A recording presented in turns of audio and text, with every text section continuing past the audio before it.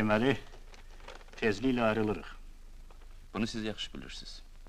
Başa düşürsünüz ki, bu görüşümüzdən sonra əgər sizə verilən ittihamla razısınızsa, iş məhkəməyə gedəcək.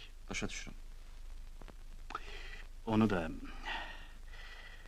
da başa düşürsünüz ki, iş bu şəkildə məhkəməyə getsə, siz ən azı 15 il alacaqsınız. Başa düşürüm. İfadənizi əlavə eləmək üçün, yaxud nəsə dəyişdirmək üçün bu axırıncı imkandır. Bunu da başa düşürsünüz. Başa düşürüm. Bəs bu imkandan istifadə eləmək istəmirsiniz? Əvvəl dediklərimə əlavəm yoxdur. Hə, neynək? Yoxdur da. Deməli, sexi özünüz təşkil eləmişsiniz. Bəli. Malları satmaq üçün gizli əlaqələri də tək başına yaratmışsınız. Lvov, Riga, Daşkənd. Bəli. Yəqin bütün gəlir də ancaq sizə çatıb, hə? Belə çıxır da.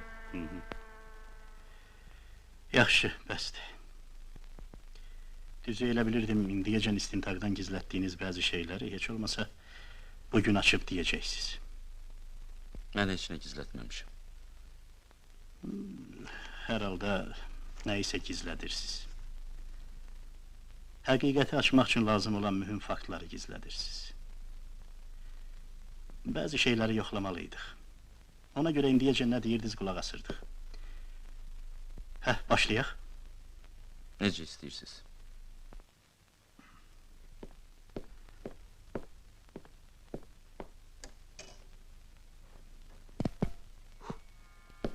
Nəzərinizə çatdırıram ki, Azərbaycan Seri Cinayət Prosesual Məcəlləsinin 141-ci maddəsinin 1-ci bəndinə əsasən sizin ifadələriniz plonkaya yazılır.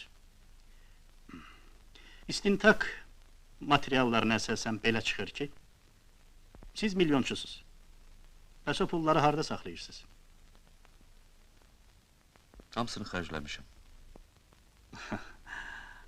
Tutaq ki, laf elə pulları sağa sola səpələmişsiniz. Deyək ki, ayda 5000 manat. Hərçənd hamı, o cümlədən sizin arvadınız da deyir ki, siz çox adi həyat keçirmişsiniz, fərqi yoxdur. Ayda 5000 manatdan götürsək, 4 il 5 ay ərzində bu eləyər, təxminən 250 min manat. Deməli, hələ 1 milyona yaxın pulunuz qalmalıdır. Əgər elədirsə, onda bu milyon